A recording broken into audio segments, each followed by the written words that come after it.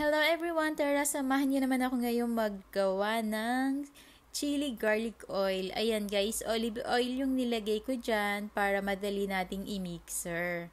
At yung garlic and chili, pagsasamahin lang natin, then imi-mixer natin hanggang maging paste na siya.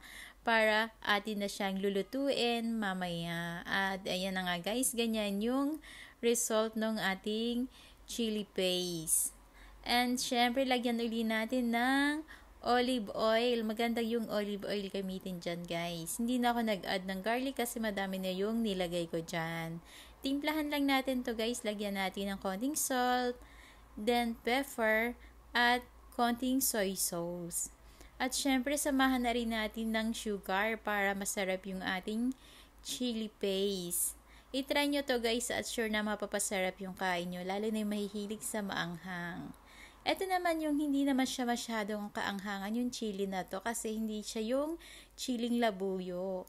Ito yung chili dito pero hindi siya masyadong maanghang. Kaya try nyo yan guys, yung recipe na yan. At pag nag-boil na siya yan, luto na yung ating garlic and chili, okay na yan guys. Siguradong mapapasarap yung kain nyo dito, lalo na may kasama siyang kalamansi at toyo. Ayan, kaya itry nyo na to guys, and thank you for watching.